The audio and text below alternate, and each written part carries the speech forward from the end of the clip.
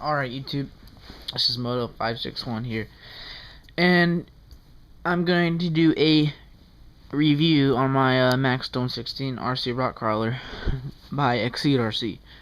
I got it for Christmas, and right now it's January, almost the end of January, so it's pretty late. That's stupid, but who cares? So, let's go ahead and start off with the controller. This controller is a 2.4 gigahertz controller, and surprisingly, it only uses 4 batteries, 4 AA batteries instead of 8. I thought I had to do something. I mean, had to do with. Oh, forget it. Never mind. And then you have this steering wheel right here. It's got a good grip, and I don't know if you could actually change this out and use different ones, or screw this into one, like a tire. Maybe if you have an RC car, you can maybe use this on it or something. I don't know, but it's still pretty responsive. Here, that, and then you've got this antenna. It's got a couple notches in it, so you can do it like that, and like that. You can actually feel where the notch is, because it'll actually go in place without you pushing it. The back, this little switch thing. I know you can't see it very well, but this is the on-off switch right here where my thumb is. Put it to the left. Those two lights turn on. The one on the left says full, and the one on the right says low. Oh yeah. On the right, turns it off. This second knob, the first knob right here on the bottom controls how far the steering can go, and the top one right here, where my index finger is how far the throttle you want it to go. So if it's all the way up to 10 and you press this like that, it'll go flying. But if you put it like to 5 and you press this all the way, it'll go pretty slow. So there's crawling speeds is what I mean.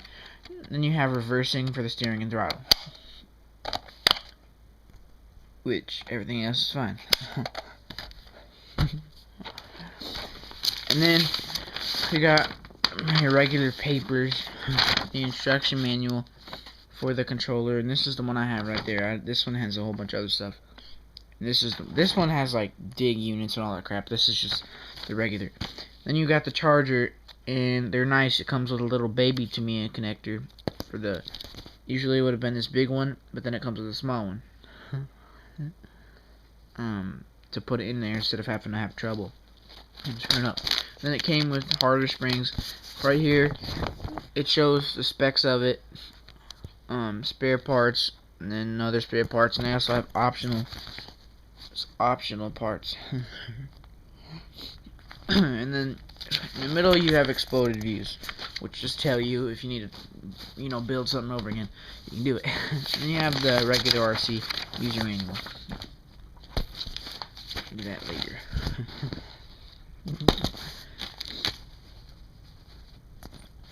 Alright, now for the crawler.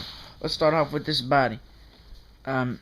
This body is like a hammer slash trucker slash wrecker body. It's basically a universal SUV.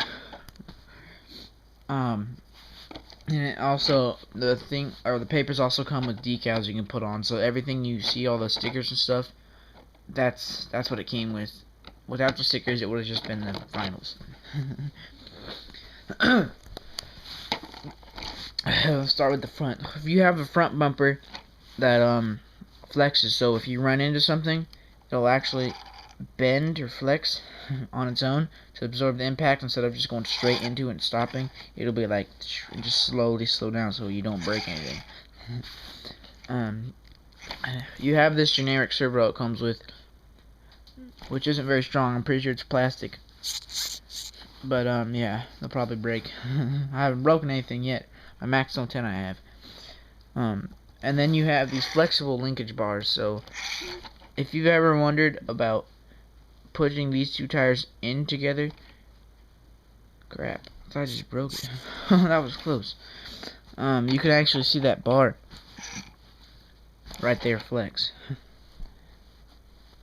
It moves in and out. So that's good. Then you've got these. I think they put like hard springs on one side and soft springs on the other, because that's what it feels like. And plus, it can't flex that good. These tires are 1.9 tires. They're pretty sticky. You've got the 5 set screws for the bead locks, which means they're not glued in. These screws actually hold the rim, the outer ring, and the tire and the foam inside in place, so you don't have to glue or whatever. The back bumper is the same thing. It also does that, and it comes with a linkage bar right here, and then the whatever that's called, just in case you want to hook up a servo to these mounts right here. So right there, and right there. You can't really see it because this camera doesn't focus, but whatever. Then you've got these Y links for flex, and obviously the 4-link suspension.